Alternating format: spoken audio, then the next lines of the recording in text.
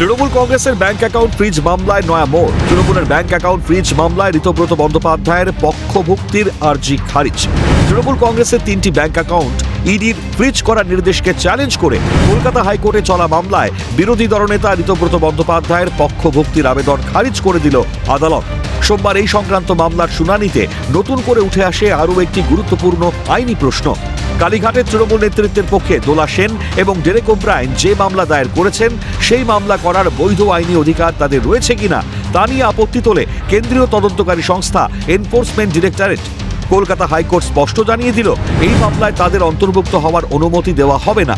সোমবার বিচারপতি কৃষ্ণা রাওয়ের এজলাসে এই সংক্রান্ত আবেদন ওঠে। তবে শুনানি শেষে আদালত ঋতব্রতপন্থী তৃণমূলের আবেদন খারিজ করে দেয়।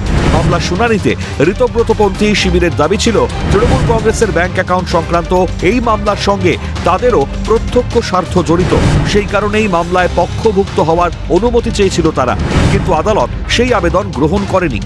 ইডির আইনজীবী এসবি রাজুর সওয়াল, তৃণমূল যে এই মামলা করেছে তার অথরাইজেশন লেটার কোথায়? কার অনুমোদনের ভিত্তিতে তারা এই মামলা করেছে?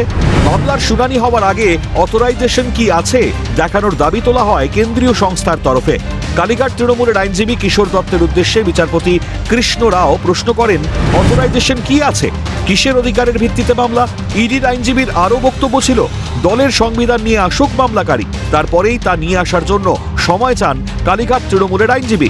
বিচারপতি বলেন, ফ্রিজের অর্ডার আগেই দেওয়া হয়েছে, তদন্ত চলছে, ইডি তাদের অ্যাডজুডিকেটিং অথরিটির কাছে রিপোর্ট দেবে, তারা সেই বুঝে পদক্ষেপ করবে।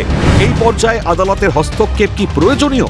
কিশোর দত্ত বলেন, বিভিন্ন খরচ বাবদ 1,25,000 টাকা মাসিক খরচ হয়।